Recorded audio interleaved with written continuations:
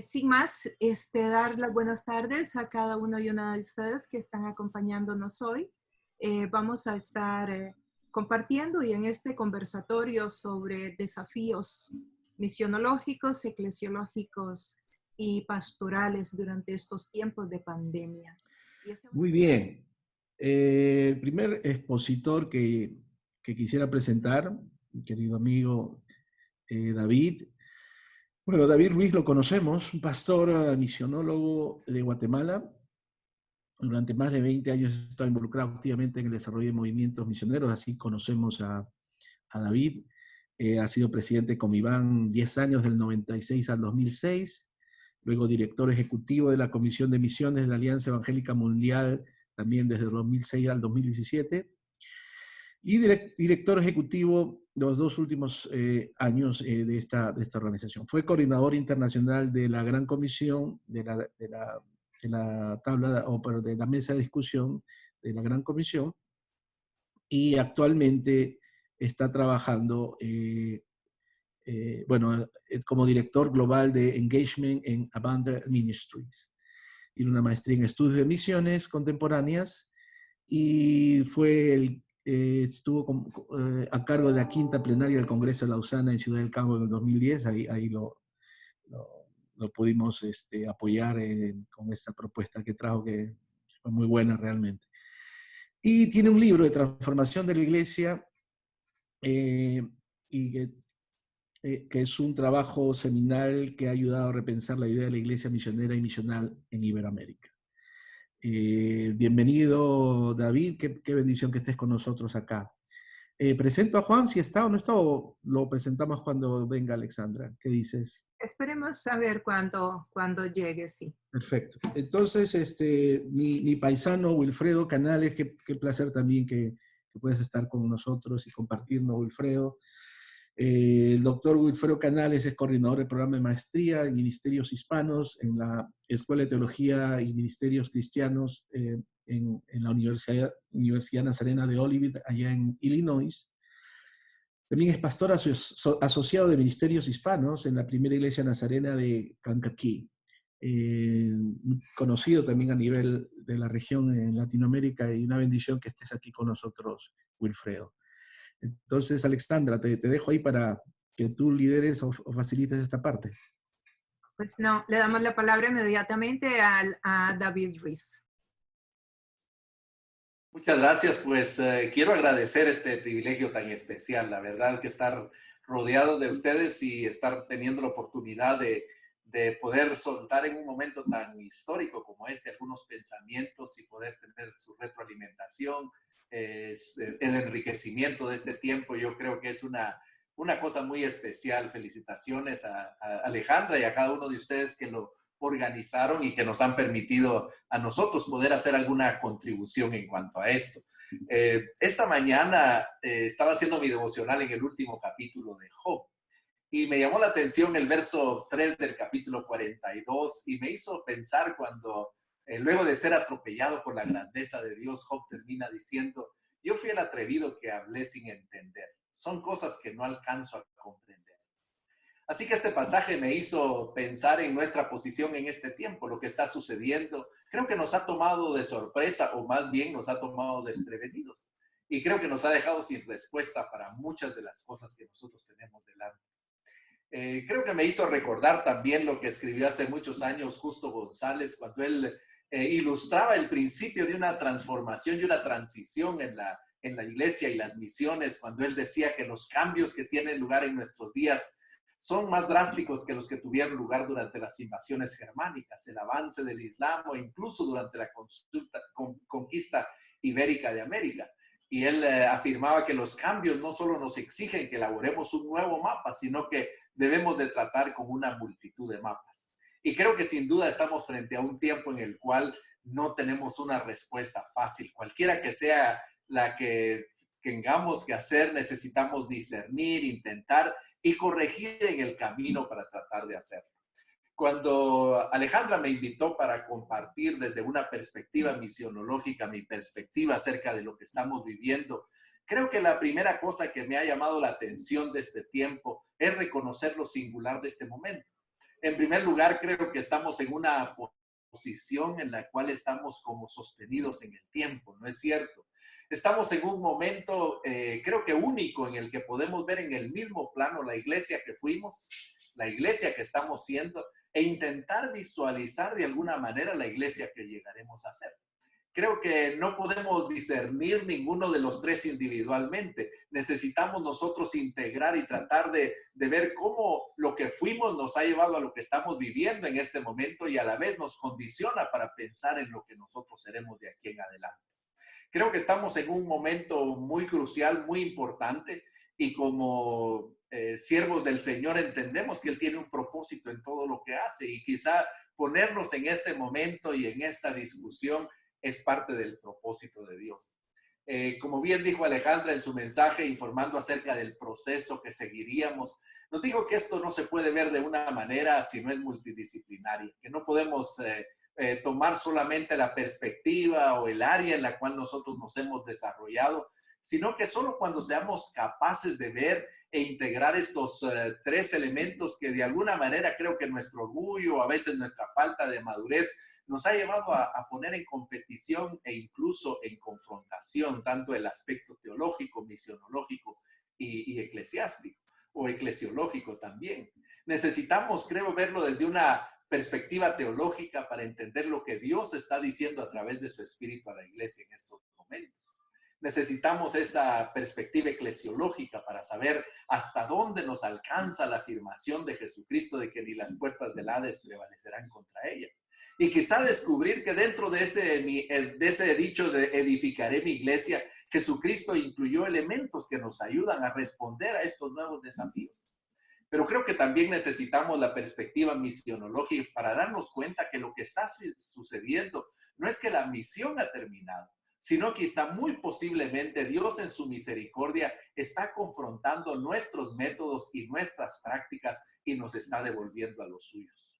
La respuesta creo que nos sorprenderá y nos hará levantar los ojos cuando nos demos cuenta que quizá lo que nos está llevando a pensar es que este hecho de que no tenemos respuesta es precisamente nuestra falta de humildad, a sentarnos a pensar en cooperación, en intercambiar ideas, en lugar de tratar de afirmar nuestras posiciones. Con esta salvedad, yo quisiera anticipar que no puedo compartir pensamientos en cuanto a los desafíos misionológicos de esta época sin tomar en consideración, en primer lugar, la iglesia y nuestra reflexión teológica.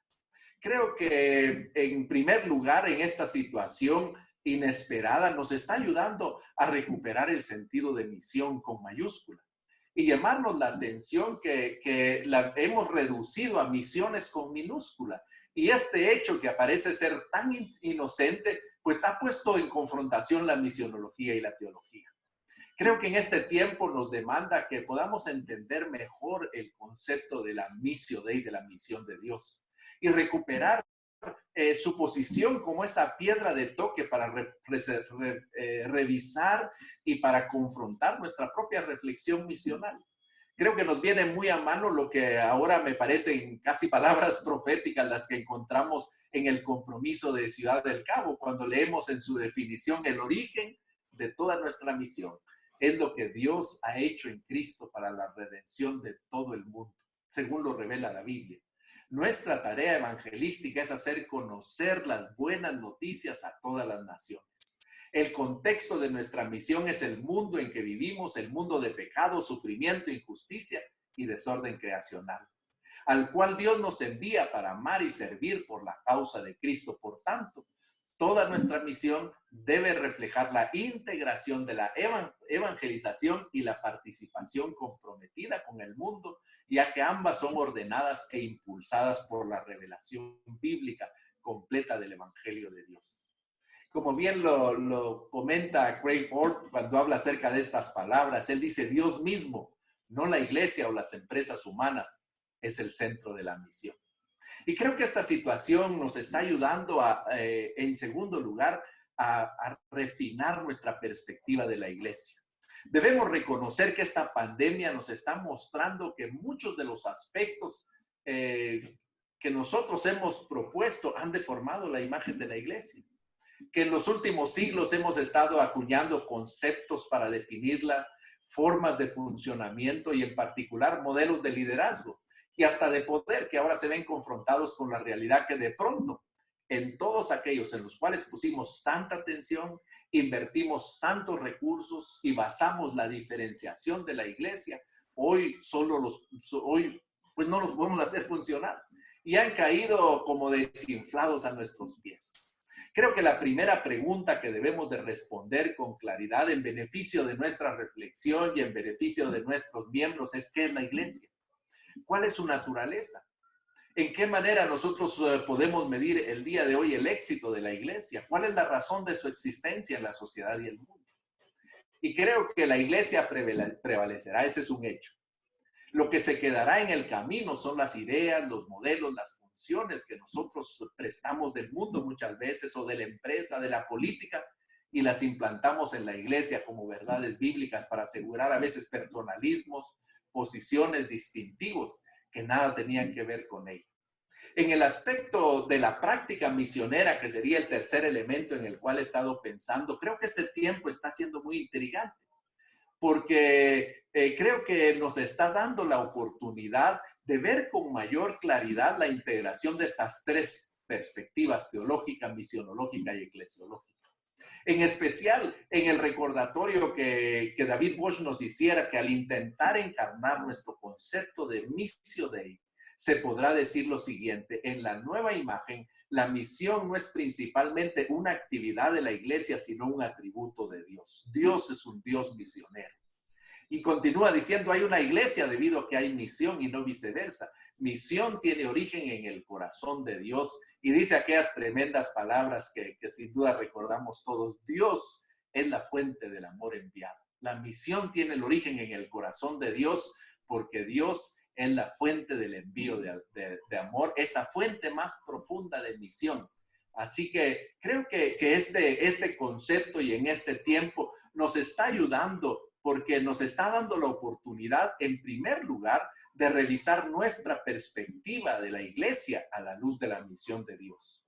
Y no solo como una estructura. Creo que en este proceso he estado reflexionando acerca de eso y creo que el siguiente elemento que nos habla en cuanto al concepto de la misión es que nos está ayudando a darnos cuenta de nuestra negligencia en dar una lectura limitada del pasaje de la Gran Comisión.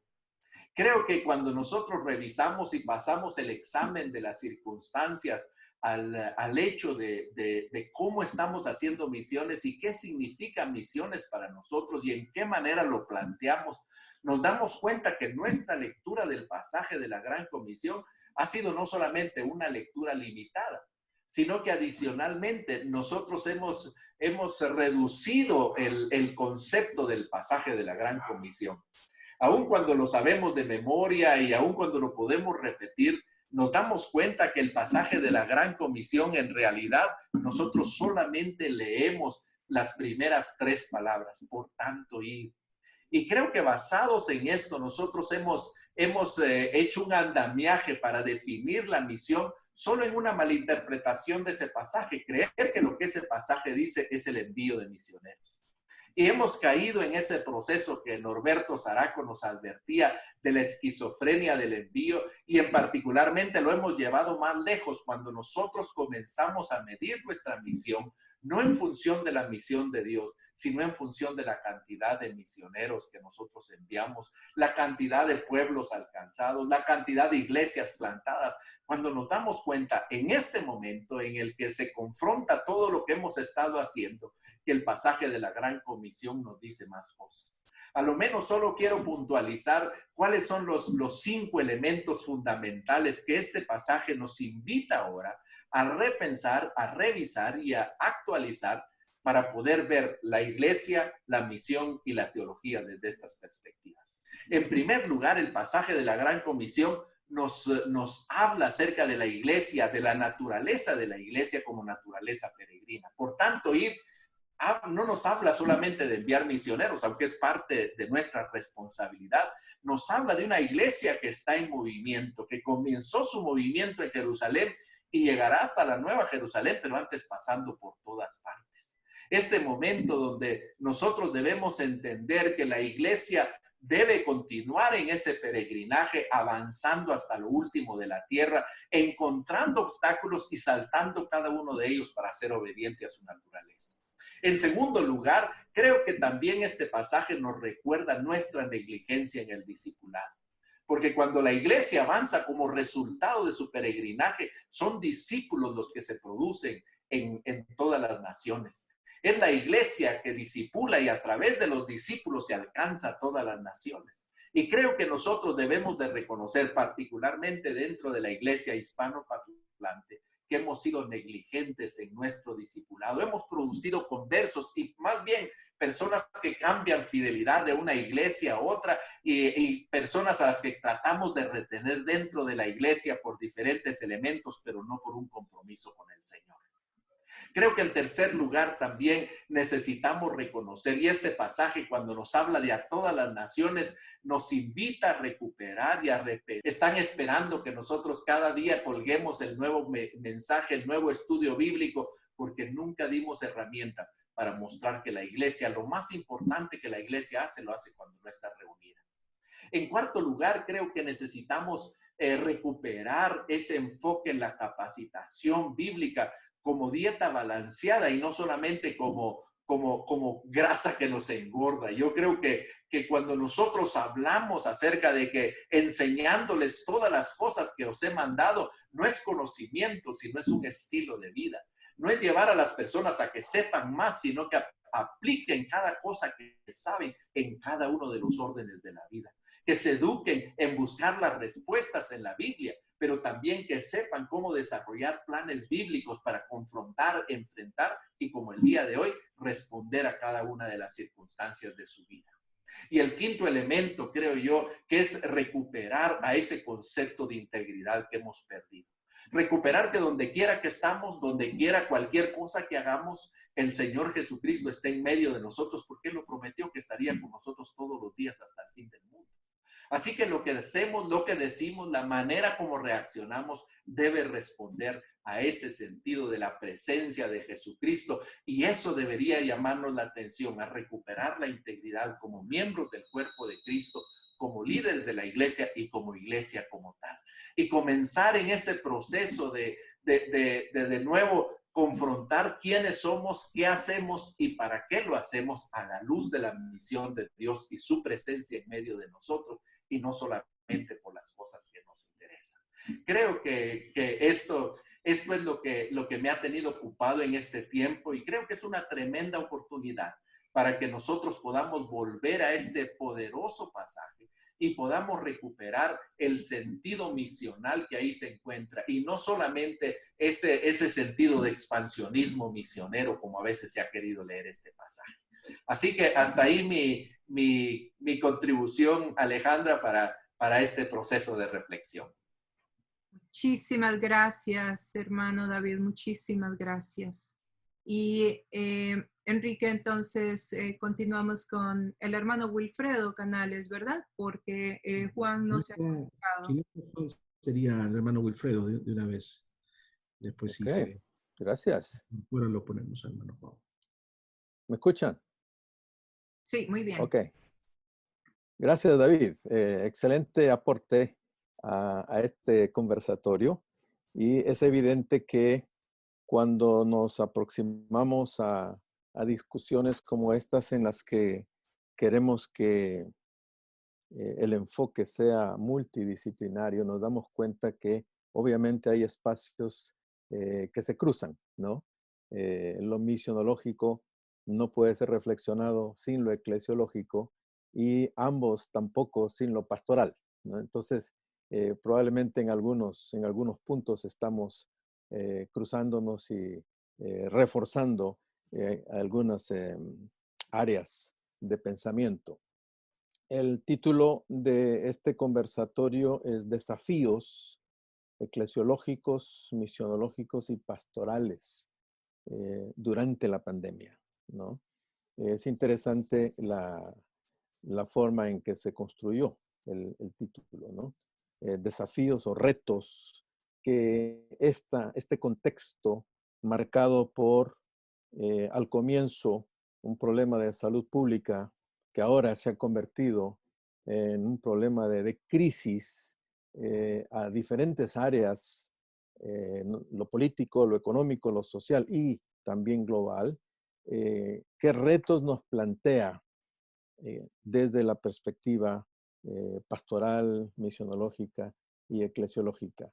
Y creo que es importante que reflexionemos desde ese ángulo porque eh, los que somos parte de esta generación representada en cada uno de ustedes aquí, yo creo que nunca hemos vivido un tiempo como el que estamos viviendo, donde a la fuerza hemos tenido que quedarnos en casa sin poder salir para realizar lo que llamamos actividades normales y muchas de ellas hemos tenido que hacerlas desde casa. Ahora, creo que en un tiempo como este debe obligarnos a la reflexión y a la autocomprensión de aquello que somos y hacemos como iglesia. Cuando escucho gente desesperada porque se reabran los templos, porque sin la reapertura de los templos la iglesia va a morir, veo detrás la inquietud de alguien que no ha entendido realmente lo que significa ser iglesia y hacer iglesia. Es decir, este tiempo de encierro no ha servido de mucho para un cambio cualitativo al respecto.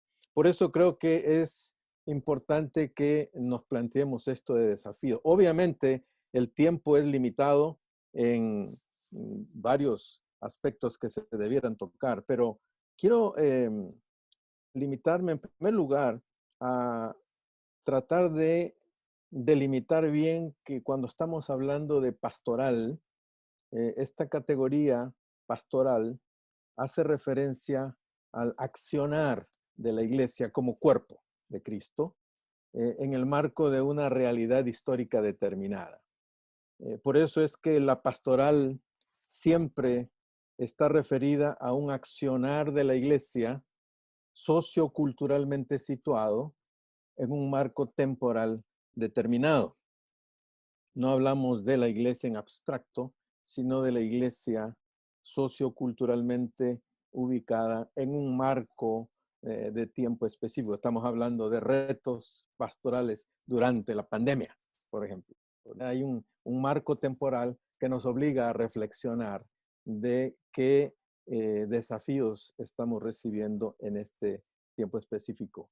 Ahora, obviamente, como muy bien mencionaba David, la naturaleza peregrina de la iglesia es precisamente nos habla de una iglesia en camino, ¿no? Que es precisamente la imagen que tenemos en Hebreos 11, ¿no? Una iglesia itinerante, una iglesia peregrina, pero no solamente peregrina a secas, sino una iglesia, y Hebreos es muy radical en eso, una iglesia peregrina en medio de conflictos, una iglesia peregrina en medio de los vaivenes de un contexto que no siempre, o que casi nunca es, diríamos, a favor de este pueblo peregrino. Entonces la misión de la que hablabas es una misión que es cumplida por una iglesia que tiene que cumplir ese propósito de Dios en medio de contextos adversos, ¿no? Y ese es el eje de Hebreos 11. Y nos dice que como ya varios de estos peregrinos han pasado y nos están observando, ellos nos alientan a que continuemos porque ese contexto que nos toca a nosotros tampoco va a ser menos que el de ellos. Y que por lo tanto, si ellos han triunfado, nosotros tenemos que seguir adelante. Ahora, creo que es importante cuando hablamos de la pastoral vista desde ese ángulo nos da los criterios tanto para discernir los signos de los tiempos como para evaluarnos como iglesia también, para ver si es que estamos andando en ese peregrinaje como es digno de la vocación con que fuimos llamados. en la afirmación paulina, ¿no? Y creo que desde esos dos parámetros quiero acercarme a la reflexión. Obviamente tenemos que hacer un primer énfasis. Cuando hablamos de la iglesia, ¿a qué iglesia nos estamos refiriendo? Estamos refiriéndonos a la iglesia como comunidad, como la comunidad de fe, la comunidad del reino, que a la luz de la Escritura tiene ciertas características que la constituyen como tal, o estamos hablando de la iglesia institucional, que es la expresión histórica de cómo este pueblo se organiza, se conforma para llevar adelante esa misión socioculturalmente ubicada en un tiempo determinado. Si vemos desde el primer ángulo, la realidad trinitaria de la iglesia como comunidad está muy clara a la luz de la Escritura.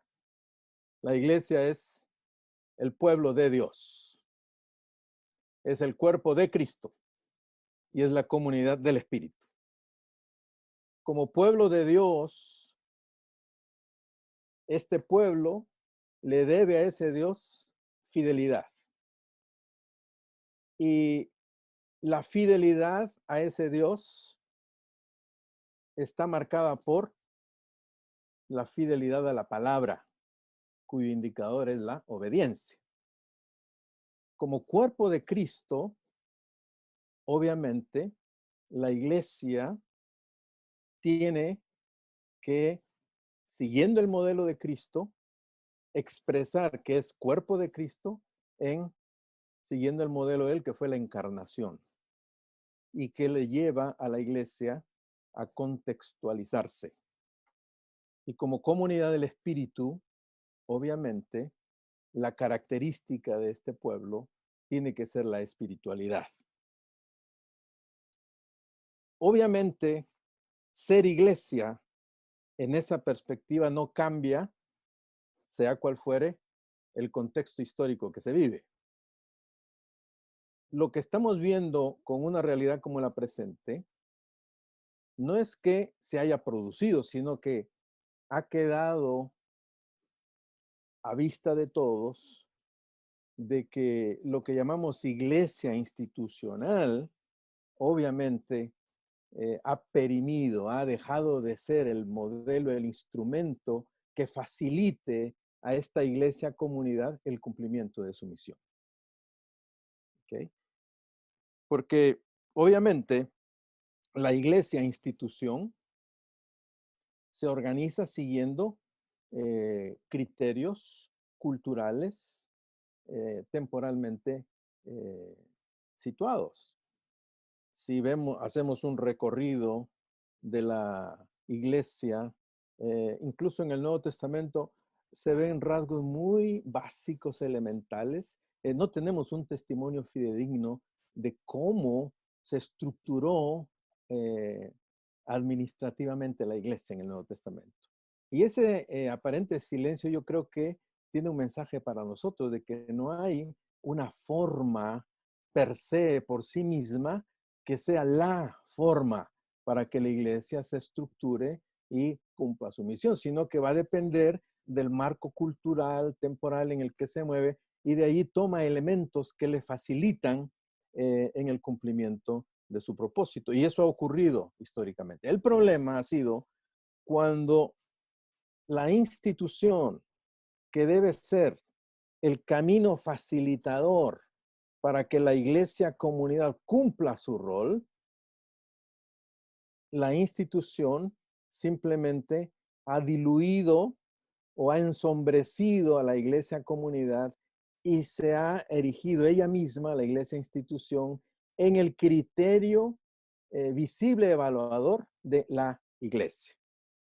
Y ahí hemos visto que históricamente eso ha ocurrido. La reforma no puede ser explicada a partir de otro criterio, sino de ese, ¿verdad? Y la reforma hace un retorno a volvamos a ser iglesia, ¿verdad? Porque hay muchos comportamientos institucionales que están realmente ensombreciendo la iglesia y su rol. Ahora, creo que desde esa perspectiva,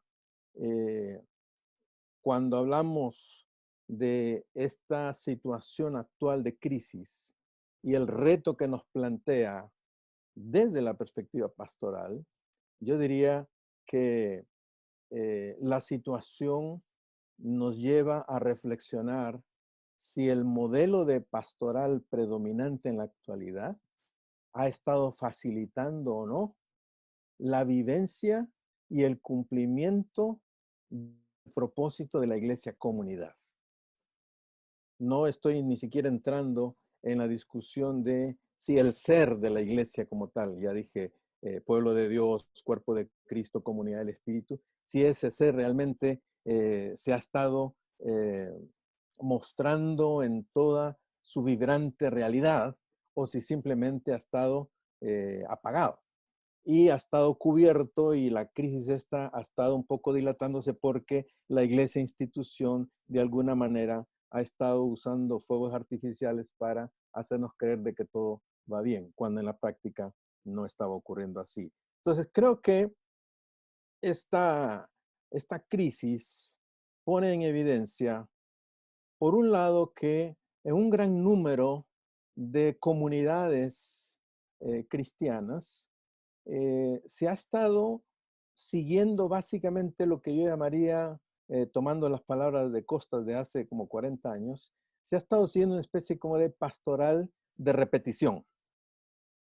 Es decir, comunidades que buscan perpetuar ciertas formas tradicionales de accionar de la iglesia, ¿no? Y que de alguna manera muestran esta perpetuación de prácticas como una evidencia de lealtad institucional eclesiástica, pero no necesariamente lealtad a la iglesia como comunidad, por un lado.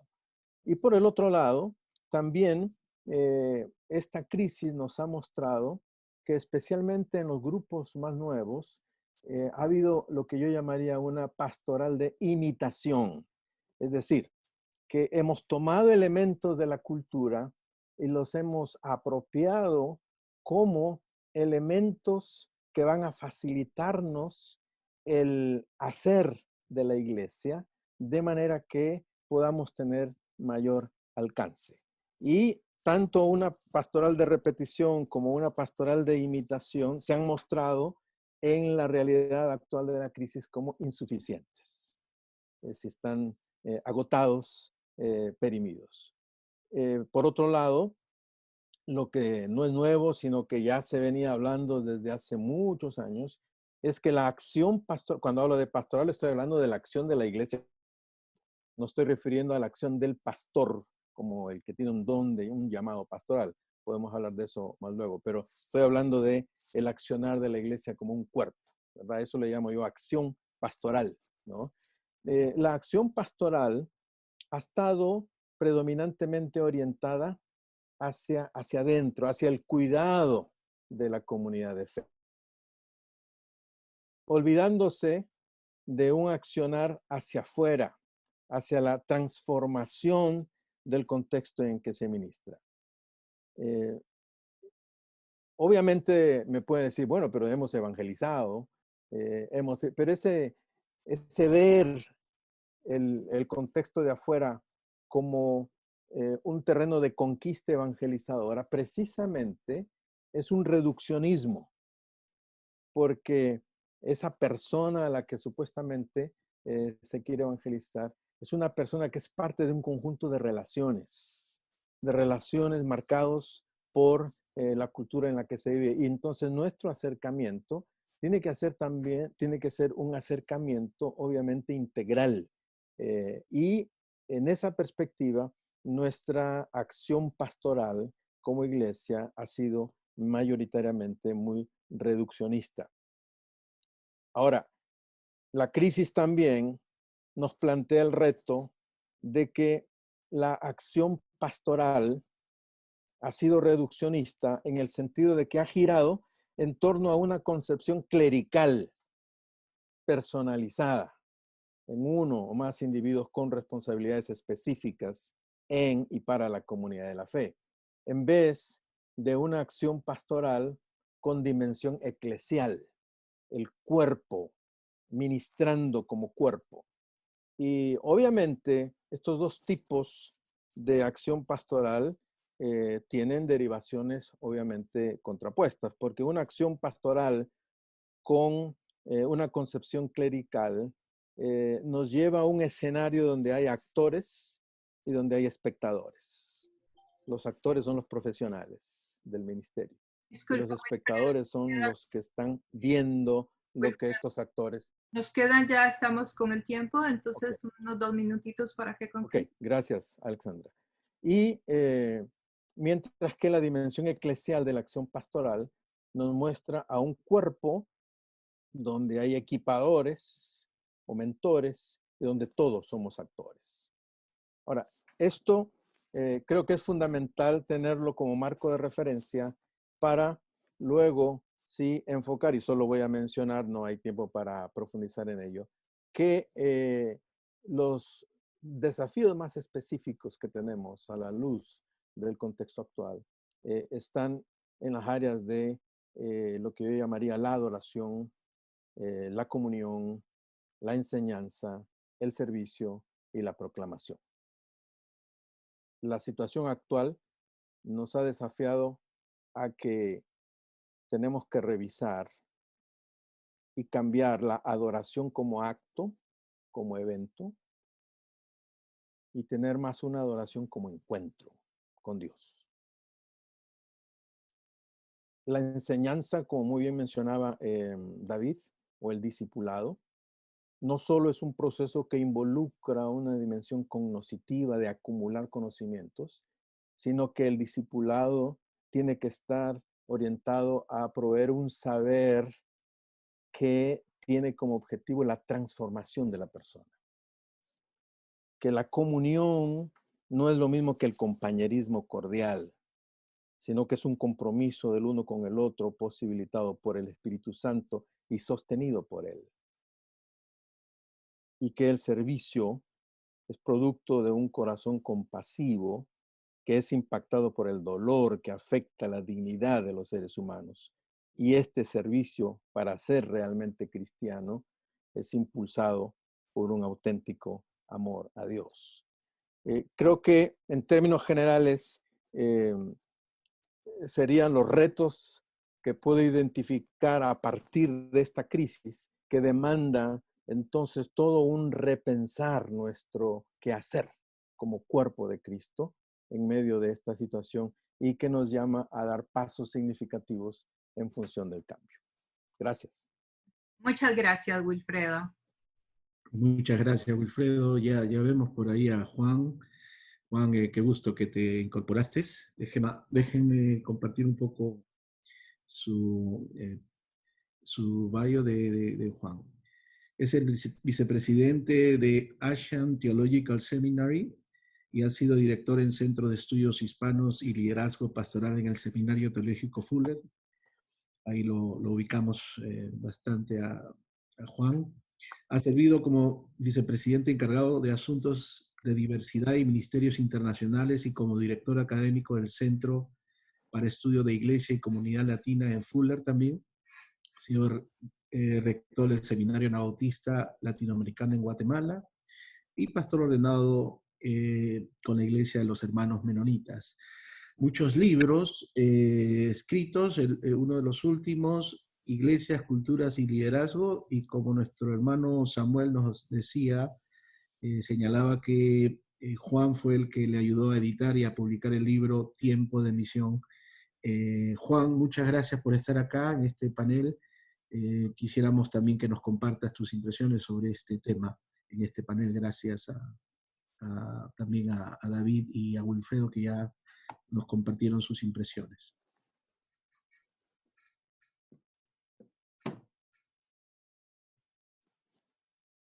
Sí. El sonido, Juan.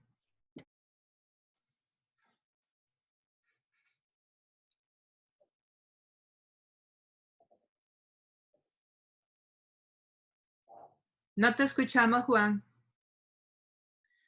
No se te escucha, Juan. Ya, Ok, ahora sí. Que al yo ver el asunto, yo, porque he sido historiador de la iglesia, he buscado en la iglesia cómo la iglesia ha tratado con temas como estos, cómo ha tratado con pandemias, cómo ha tratado con guerras, cómo ha tratado con diferentes cosas. Y yo he visto ahí, y una cita que me ayuda mucho fue una cita de C.S. Lewis. Dice, si todos vamos, y estaba hablando de el acto de vivir entre la bomba atómica. Yo todavía fui de los muchachos en Estados Unidos que nos enseñaron a tirarnos debajo del escritorio. Y Dani ahí también moviendo la cabeza, que no sé qué los escritorios nos iban a hacer para protegernos de una bomba atómica, pero digamos, era enseñarnos a prepararnos. Y en ese ambiente, C.S. Lewis dijo lo mismo, dijo esto: si todos nosotros vamos a ser destruidos por una bomba atómica, deje que esta bomba atómica, cuando nos llegue, nos encuentre haciendo cosas sensibles y humanas, orando, trabajando, enseñando, leyendo, escuchando música, bañando a los niños, jugando al tenis, conversando con nuestros amigos, y no acurrucados como ovejas asustadas y pensando en bombas. Pueden romper nuestros cuerpos, pero un microbio puede hacerlo como lo estamos viendo nosotros. Y no necesitan dominar nuestros pensamientos.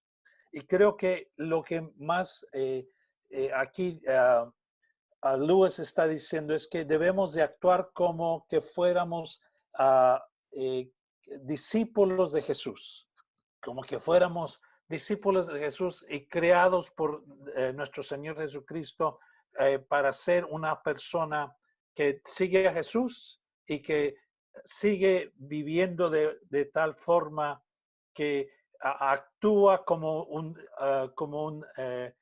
humano. Y quisiera presentar eso como nuestro enfoque en los monasterios, en el impacto de los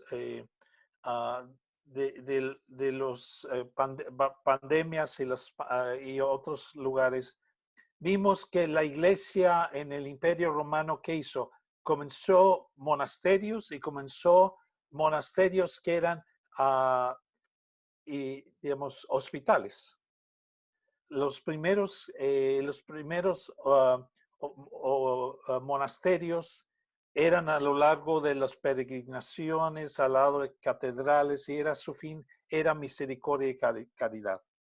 Y eran para las clases más protegidas, más desprotegidas, disculpe, del ambiente. Esos hospitales les llamaban hospitales papero, hospitales de pobres. Y creo que ahí nos dice algo importante en cuanto a nuestra reacción ante todo esto. Nosotros debemos de responder como nuestros antepasados. Los monasterios eran lugares donde las viudas, las mujeres recogidas de la mala vida, realizaban obras de misericordia y redención. Los hombres eran sirvientes en la enfermería. En esos lugares el hospital funcionaba como testimonio de quién somos nosotros. Dijo uno de los Césares de cómo actuaban los cristianos. Tampoco fueron solo los cristianos quienes notaron una reacción de los cristianos de la plaga.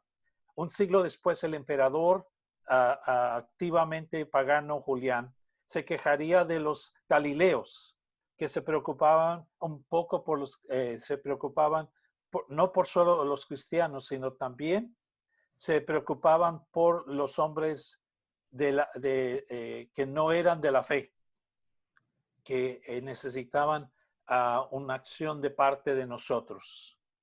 Y esa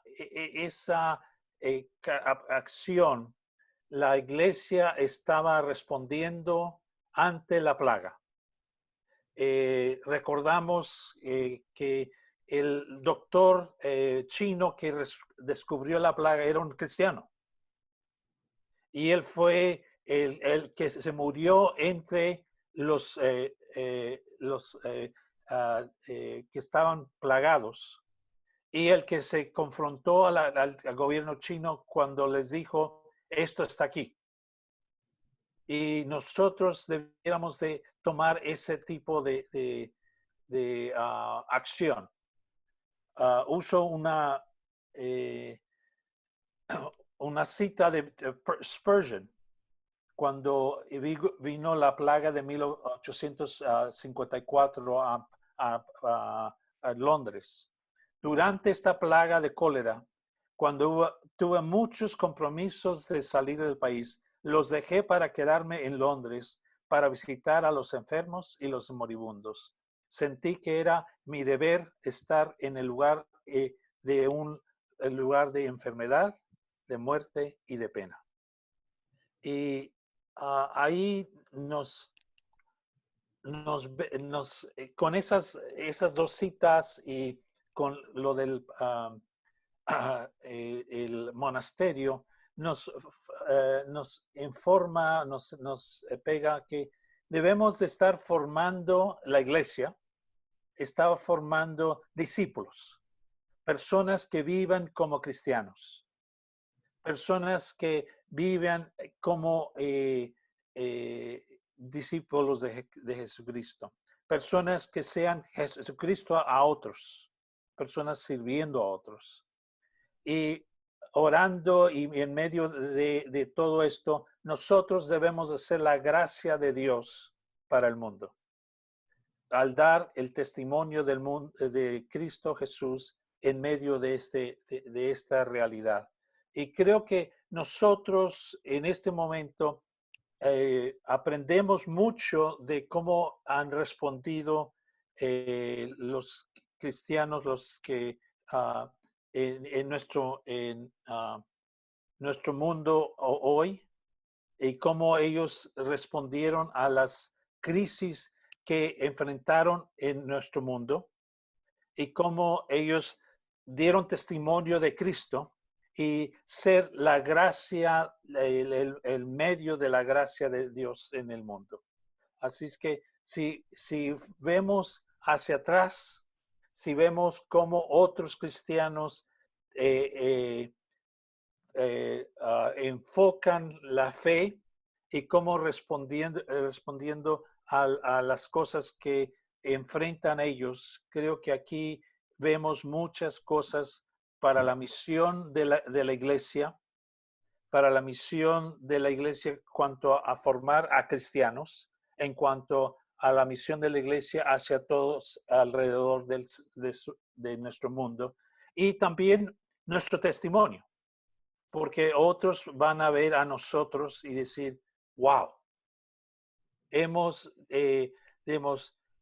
aquí en Los Ángeles, yo sé que en cuántas otras tierras, en otros lugares, cuántos jóvenes salen a dar de comer, a caminar con los que necesitan el alimento, con los que necesitan digamos, tener a alguien como nosotros al lado de ellos. Nosotros debiéramos de servir a otros, ser Cristo a otros, ser el medio de gracia para el mundo, para que seamos testimonios como iglesia, pero también formando cristianos, discípulos que sean verdaderamente seguidores de Cristo Jesús. Así es que nada más dejo ese concepto de que este debe de ser lo que podemos ver de la historia de la iglesia y lo que podemos hacer nosotros. Así es que Dios les bendiga y ahí les dejo el tiempo. Muchísimas gracias, Juan, y a cada uno de los panelistas con contribuciones muy apropiadas. Y bueno, vamos a dar un espacio para que haya una reacción con algunas preguntas de los que nos están acompañando. Y de nuevo, bienvenidos a todos los que se han seguido uniendo a la reunión. Ustedes son muy bienvenidos, apreciamos mucho que estén con nosotros y su contribución con sus preguntas, los comentarios en el chat van a enriquecer muchísimo esta conversación y sobre todo nos van a dar una pauta para continuar este diálogo y esta conversación en las próximas reuniones. Tenga toda la libertad también de sugerir temas en este chat.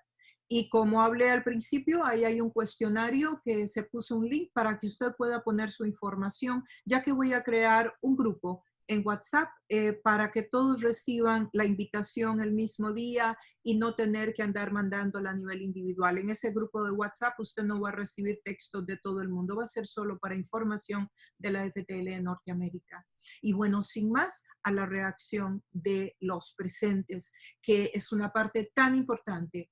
Así que vamos a dar la palabra a Andrea Rodríguez. Andrea es de Bolivia y ella es la gerente regional de una organización que se llama International Justice Mission. Andrea es graduada de Wheaton en estudios interculturales. Así que Andrea, si tienes alguna pregunta que hayas escogido del chat, serías tan amable de leerla. Si dice para quién, perfecto, y si no, el del panel que se sienta más conectado con la pregunta, pues entonces usted la contesta. Sí, y aprovecho, les presento a Tiago. Él es Tiago Kunz Rodríguez, que se une con la FTL ahora. Es bien, para Dani, es bien chute, es bien curioso. Bueno, la pregunta que a mí me llama mucho la atención es de, ¿dónde está aquí? De Samito, que entonces estamos obligados a redefinir la iglesia y su actuar en este tiempo. Muy bien. ¿Él dijo para quién la pregunta o la dejó libre? No, pero me imagino que es para Wilfredo. ¿Dónde está Wilfredo? Sí, creo que Wilfredo fue el que habló de eso. Muy bien. Wilfredo, tienes la palabra. Voy a quitarte el silenciador. Ok, gracias. Gracias. Creo que no estamos hablando de redes. Yo hice referencia a dos categorías: iglesia como comunidad del reino y la iglesia institucional. No tenemos que redefinir la iglesia como comunidad del reino. Tenemos que revisar, actualizar y simplificar la iglesia como institución. Porque la iglesia como institución es, diríamos, lo que intermedia, lo que facilita, debe facilitar el accionar de la iglesia como comunidad del reino. Y obviamente, como somos una iglesia peregrina, de acuerdo a lo que hemos visto, y las épocas van cambiando, esas estructuras que son como andamios que deben ayudar a que se vaya construyendo ese objetivo para el cual existe la iglesia, necesitan ser movilizados y necesitan ser ajustados. Entonces, poniendo un ejemplo práctico, yo hago parte de una iglesia que es la Iglesia del Nazareno. Una iglesia que surgió en el contexto de los Estados Unidos y que asumió un modelo estructural basado en la democracia representativa. Desde hace 20 o 30 años se viene discutiendo en el campo de las ciencias políticas que el modelo representativo de la democracia moderna está en crisis. La gente ya no se siente representada. Ese modelo representativo ha quedado desfasado. Y como es un modelo que se ha repetido en diferentes países, no solamente aquí en Estados Unidos, sino en América Latina, por ejemplo, en la década del 70, en Perú, José Matos Mar, un famoso antropólogo, publicaba ya un libro titulado Desborde popular y crisis del Estado en Perú, que nos hablaba ya de una crisis de ese ente llamado Estado, que es precisamente hijo del modelo moderno político, que ya no podía facilitar la interacción en esa gran comunidad llamada Perú y que estaba siendo desbordada por la migración interna, la economía informal y todos estos problemas que ahora son una realidad evidente en todos los países.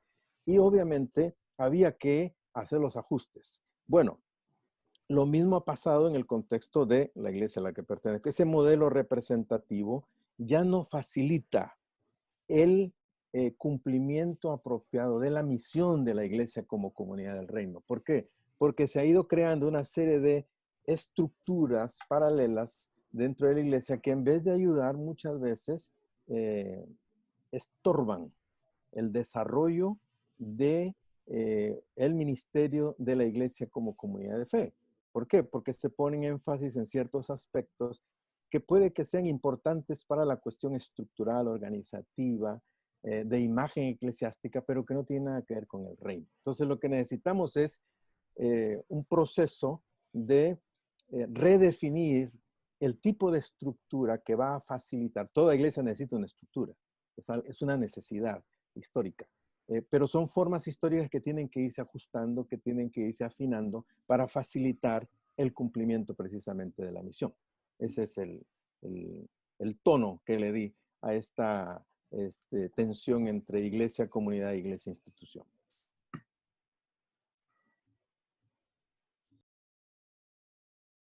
Alejandra, no se te escucha.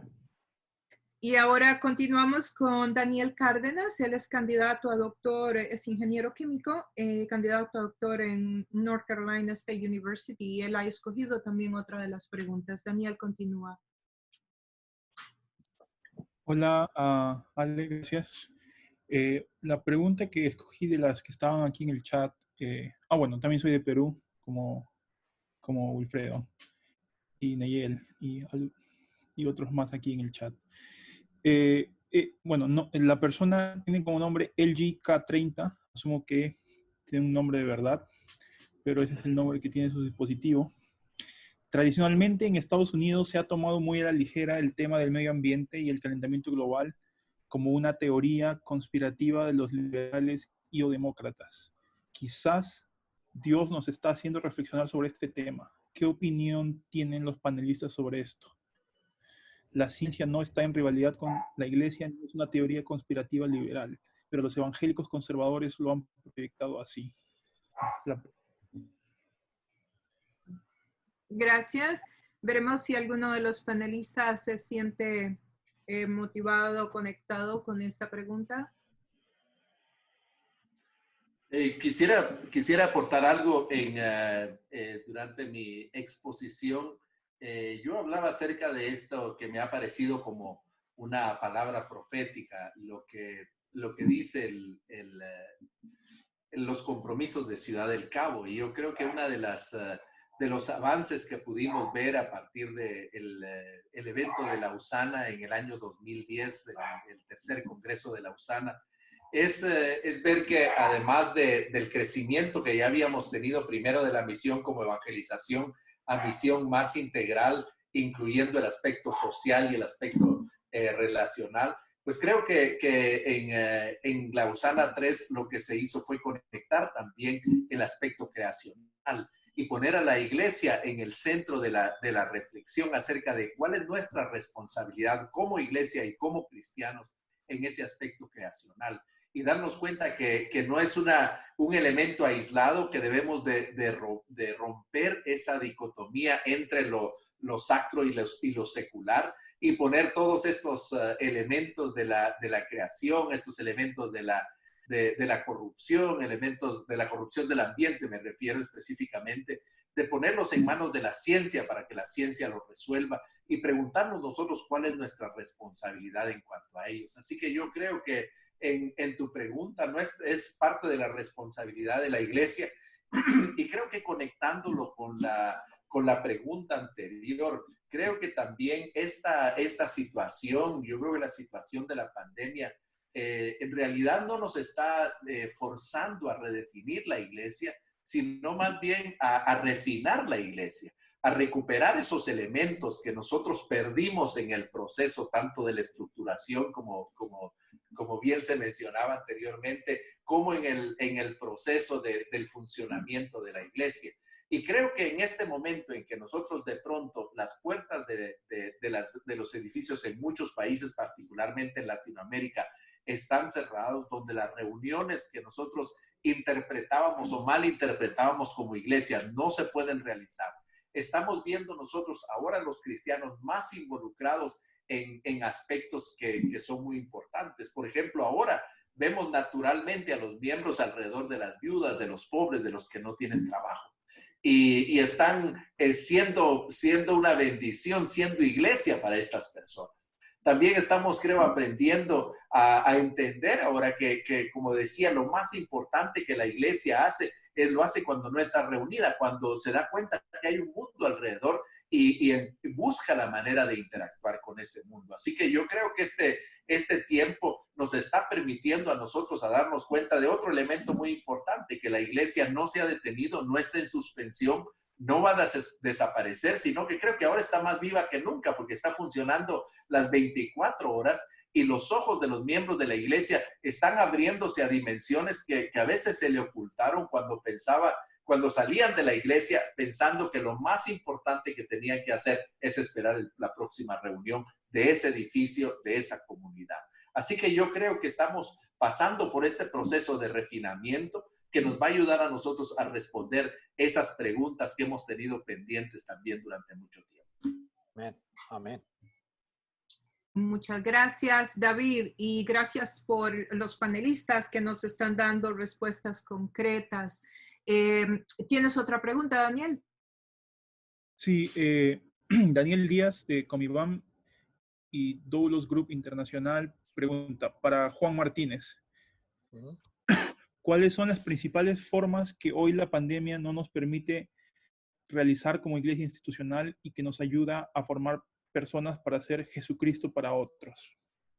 Pues yo creo que, digamos, yo pienso en mi propia iglesia aquí en Los Ángeles. Los jóvenes que no tienen miedo a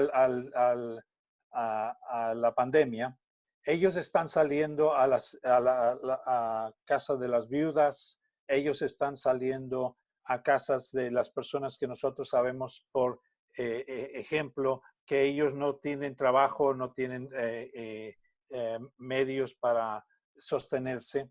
Y nuestra iglesia, por ejemplo, ha retado a todos los que recibieron el estímulo que recibió del Estado, del gobierno, que lo diera a un fondo para caminar con los pobres. Así es que yo recibí el cheque hoy y el domingo se va a depositar para ese fondo. Entonces, cada cosa que nos ha enfrentado con una situación, con la situación de los pobres en nuestra iglesia, las viudas en nuestra iglesia, las personas que están a nuestro alrededor, esas cosas nos están llamando de nuevo a ser el medio de gracia. Y creo que en ese contexto nos llama a hacer eso. Igual aquí yo estoy viviendo en un lugar más alto de Los Ángeles, y qué bonito se ve la ciudad cuando no hay humo, cuando no hay contaminación. Se ve desde donde estamos nosotros hasta el centro de Los Ángeles, que eso es algo, si usted ha estado en Los Ángeles, usted sabe que eso no funciona así. Entonces, estamos viendo que el actuar de nosotros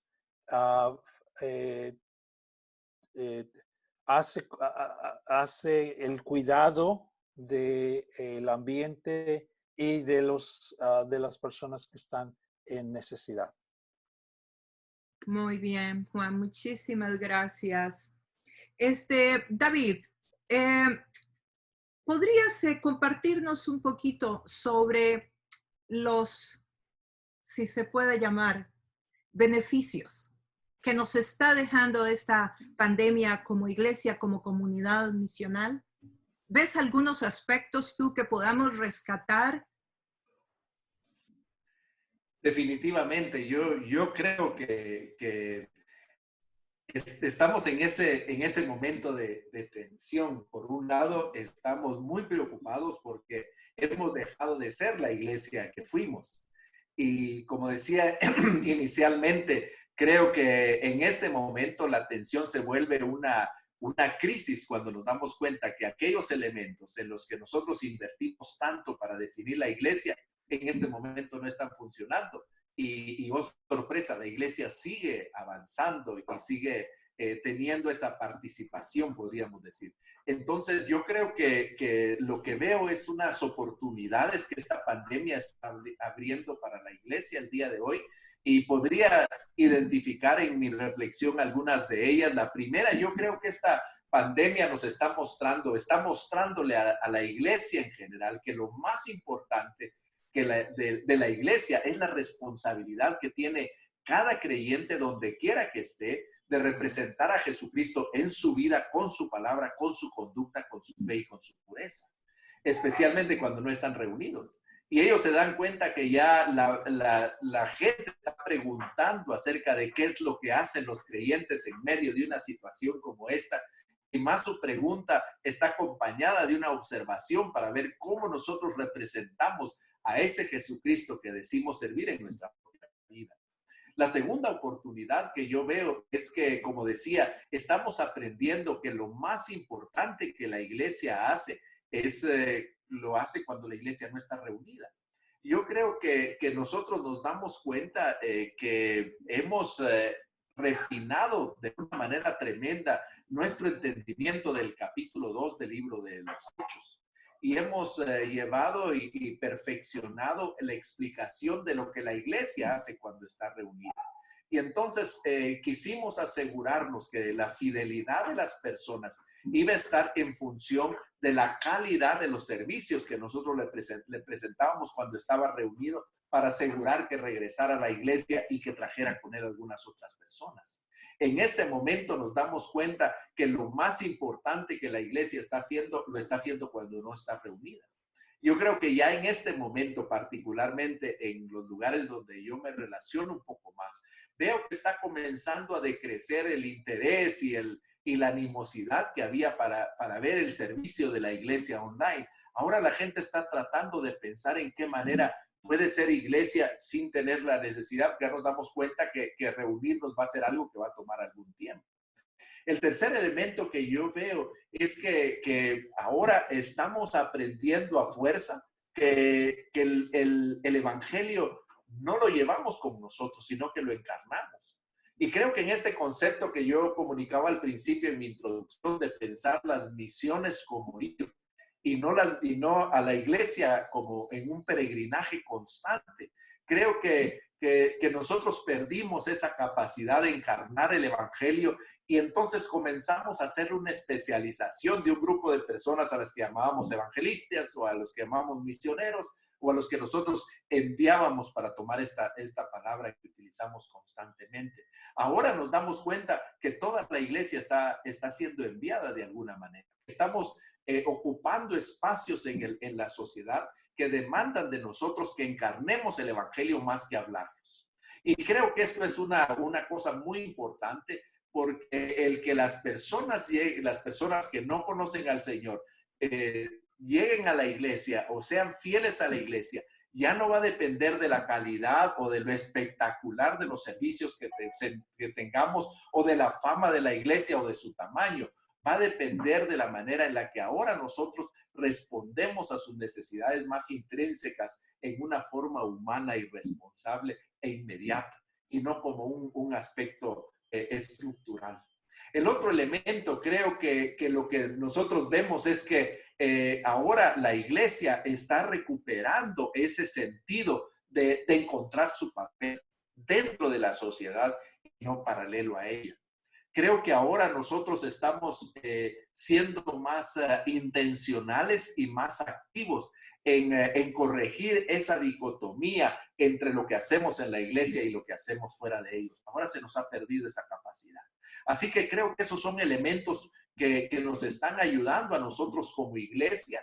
Y que creo que hay un elemento que no quisiera dejar de recordar, y es un cambio paradigmático, creo que está sucediendo ahorita en la iglesia y que nos invita a refinarla. Y si ustedes se dan cuenta, nosotros, por la estructura, por lo que Wilfredo mencionó, creo que nosotros diseñamos la iglesia o vivimos en una iglesia que estaba diseñada en una forma de triangular todas las cosas. Un miembro de la iglesia tenía una necesidad, alguien se enteraba, lo comunicaba al liderazgo de la iglesia, el liderazgo de la iglesia encontraba la forma de estructurar la respuesta y se la daba a la persona que tenía la necesidad. En este momento, ese sistema se ha aplanado. Si ustedes se dan cuenta, en este momento estamos siendo nosotros más comunidad que estructura.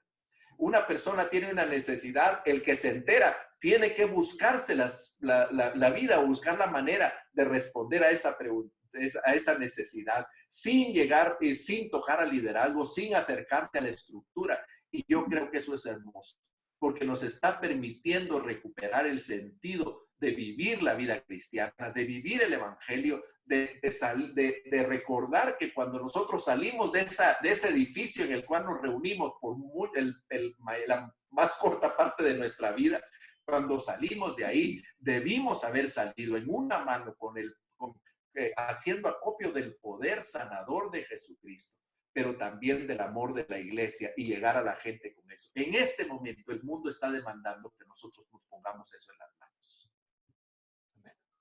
Muchísimas gracias, David. Muchas gracias. Y tenemos a Guillermo Mangieri. Guillermo es otro compañero. Él es pastor en Istroma y también embajador de Comiban. Guillermo, puedes formular tu pregunta. Bien, gracias. La verdad que es un placer escucharlos a cada uno de ustedes. Eso llena el corazón y aprendemos. Lo que me estaba preocupando, escuchando todo este tema de pandemia, qué va a suceder es, hoy hay muchísimos misioneros en el campo. Hay gente de toda América Latina, de todo el mundo, y están aislados. La pregunta tiene que ver un poco con eso y tiene que ver con nuestras iglesias locales. Pensando que la misión, yo hago 3 etapas, ¿no? Primera, segunda, tercera etapa, ahora estamos en una cuarta o quinta etapa. La pandemia nos da una nueva realidad, una nueva normalidad que vamos a tener. ¿Qué pasa con el envío o la recepción de obreros? ¿Serán extranjeros? ¿Serán locales? Muchos van a regresar cuestión médica, cuestión dinero. Hay una crisis, es decir, la crisis de por sí ya había, el tema, la pandemia trajo una crisis económica mucho más fuerte. Creo que, ¿qué va a pasar con, siempre que hay crisis hay gente en el medio? ¿Vamos a ser parte del problema o parte de la solución en esto que viene? Tal vez sea para David, pero creo que cualquiera de los 3 podría contestar este tema. Pero es un tema que me preocupa realmente. Tenemos mucha gente en el campo con muchos problemas. Creo que las iglesias, especialmente acá del norte, pudiéramos responder, nuestra iglesia otra vez la uso como ejemplo, hacia aquellas personas que están en el campo. ¿Por qué no estamos con ellos? Tenemos la tecnología para conectarnos con ellos, tenemos la tecnología para enviar dinero, para enviar recursos. Entonces, ¿por qué no estamos en esa disposición? Aquellos que nosotros que estamos en una situación más balanceada para nosotros, ¿por qué no estamos respondiendo? ¿Por qué no estamos tocando a aquellas personas que necesitan tener a alguien a su lado? Y también, ¿por qué no enviamos dinero o bienes hacia esas personas? Así es que creo que esta situación nos está obligando especialmente aquellas iglesias, y especialmente acá en el norte, de responder, de saber quiénes son esas personas de las cuales usted está hablando. Y creo que nosotros, Guillermo, pudiéramos reaccionar ante ese llamado, y pudiéramos, ¿por qué no responder tal como estamos haciendo aquí, tal como estamos haciendo donde hay necesidad alrededor de nosotros? Comenzar desde ese punto, desde los enviados de nuestra iglesia, las personas que en nuestra iglesia tienen amigos, tienen personas en tal lugar o tal familiar, y ahí hacernos la red. Y creo que el llamado, Guillermo, nos llama a responder tal como hemos respondido en otros lugares. Y que no debemos de dejar a aquellos que están ahorita en tal lugar y están dependiendo de nosotros. Así es que eso sería un llamado a nosotros. Yo quisiera responder y tal vez recomendar o sugerir, creo que esto lo que ha planteado Guillermo, creo que merece un panel como este, solamente ese tiempo. Yo creo que las preguntas que has planteado son preguntas muy reales, son preguntas que involucran a personas y cuya respuesta va a afectar la vida de personas y de familias. Quisiera intentar solo puntualizar algunos elementos que he estado observando desde esa perspectiva que les decía, la iglesia que fuimos, con las misiones que fuimos, el movimiento misionero, o lo que está pasando en este momento, y el movimiento misionero que seremos en el futuro, en esa nueva normalidad. Creo que en el movimiento que fuimos nosotros teníamos en su mayoría un movimiento misionero basado en el concepto de individuos que salen sostenidos por una comunidad. Y creo que en este momento de la pandemia, en muchos lugares, la falta de reunirse está poniendo en tensión los recursos de la iglesia y necesariamente va a poner en tensión los recursos misioneros de la iglesia. Si ya estamos viendo en Europa y en Estados Unidos una declinación del apoyo, de las ofrendas misioneras, del sostenimiento de los misioneros, yo creo que esto se va a agudizar en este tiempo. Así que en la iglesia que fuimos veo ese primer elemento. El segundo elemento, creo que algo que manifiesta la pandemia, el hecho de la dificultad de la encarnación de ese modelo misionero, de unos misioneros que van pero no son parte de la comunidad, y cuando la comunidad los ve salir por causa de la pandemia, entonces comienza a preguntarse qué realmente llegaron a hacer en ese tiempo si no están cuando tienen necesidad. Y creo que eso está llevándonos a nosotros a un punto en el que tenemos que repensar la manera en la que nosotros vamos a estarlo haciendo en el futuro.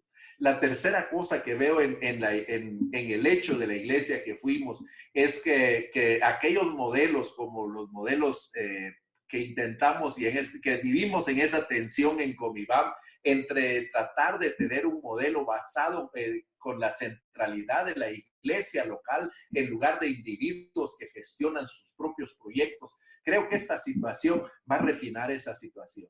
Aquellos individuos que gestionaron sus propios proyectos están siendo confrontados o serán confrontados con el hecho que las personas individuales que apoyaron su proyecto dejan de verle validez en el momento de distribuir los recursos. Creo que aquellos proyectos que fueron como resultado de un diálogo entre iglesias enviadoras e iglesias receptoras para responder a una necesidad, lo que yo puedo anticipar es que esa iglesia receptora va a responder para el sostenimiento de estos misioneros y va a dar validez a este proyecto misionero. En el hecho que estamos viviendo en este momento, creo que la pregunta más importante es cómo podemos nosotros seguir avanzando en el proceso evangelizador, particularmente en los lugares que están cerrados al evangelio. Y esa es una pregunta sin respuesta en este momento. Porque en nuestro concepto anterior incluía el movimiento físico a estos lugares. Ahora tenemos que pensar en qué manera lo vamos a hacer. La segunda pregunta que levanta esta realidad es cuál es el papel de la iglesia en medio del proceso misionero. Yo creo que lo que veo con entusiasmo es que nosotros podamos recuperar la centralidad de la iglesia en el proceso misionero, y no solamente como un adendum, como un invitado ocasional o necesario cuando nosotros estamos buscando recursos y personas. Y creo que esto está confrontando también la realidad de las agencias misioneras, porque en este momento nosotros tenemos que preguntarnos en dónde poner nuestros recursos, y la realidad está mostrando para la mayoría de las iglesias, de las agencias misioneras, que nuestro mayor énfasis en este tiempo debe de ser en el cuidado pastoral. Y creo que están poniendo en evidencia que no lo hicimos debidamente en el pasado, que no cuidamos a nuestros miembros de la manera como debimos. En lo que vamos a hacer como resultado de esto, yo a la luz de lo que he estado analizando, yo puedo ver que en ese proceso de refinar la iglesia, en ese concepto y naturaleza de la iglesia peregrina, vamos a ver misioneros más misioneros no intencionales. Vamos a ver a una iglesia que está en un constante movimiento, sin necesidad de tener un concepto misionero explicado en medio de eso. Creo que vamos a ver a más personas invitando para llegar, en lugar de nosotros llegando sin invitación a estos lugares. Así que esos son algunas ideas despeinadas, Guillermo, que quisiera poner sobre la mesa en este análisis que tú has hecho. Muchísimas gracias, David. Muchas gracias, Guillermo, también por tu pregunta.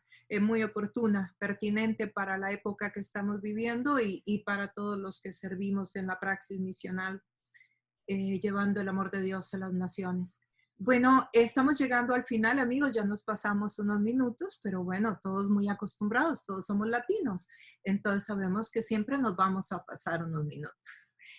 Muchísimas gracias a cada uno. Yo quisiera terminar pidiéndole a cada uno de los panelistas que por favor se tome literalmente minuto y medio para cerrar su discurso y para ver qué nos quieren dejar aquí a última hora, y con eso estaríamos despedidos. Entonces comenzamos con Wilfredo. ¿Estás ahí? Todavía estoy aquí. Entonces un minuto y medio, Wilfredo, por favor, y luego Juan, y terminamos con David. Gracias a todos por la oportunidad de poder compartir acerca de estas inquietudes.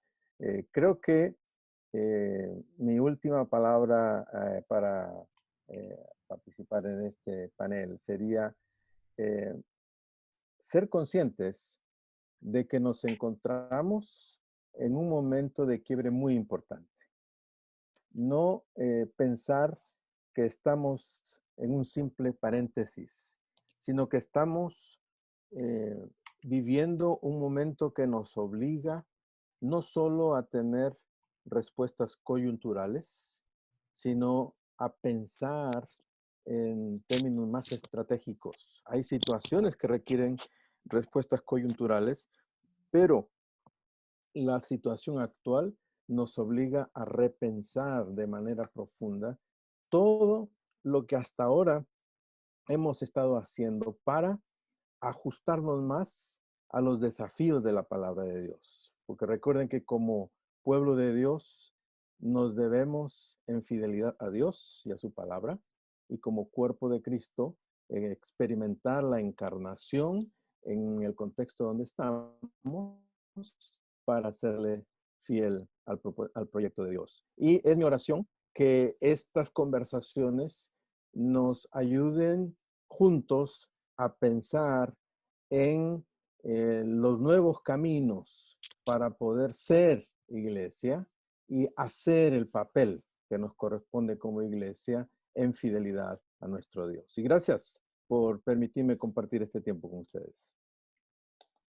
Pues tuve aquí la oportunidad de seguir a Wilfredo. Yo creo que he de decir amén, que tal vez esta situación nos está retando a analizarnos a nosotros, a nuestra iglesia, a nuestra misión, a cómo nos hemos de relacionar con el mundo, a cómo nos debemos relacionar con la creación, y que debemos de buscar en este proceso qué es lo que aprendemos acerca de cómo debemos de actuar, y que eso debiera de ser, que nosotros debiéramos de ser el medio de gracia, de la gracia de Dios en nuestro mundo, y que esta situación nos está obligando a vernos en el espejo. Estamos siendo la gracia de Dios a nuestra gente,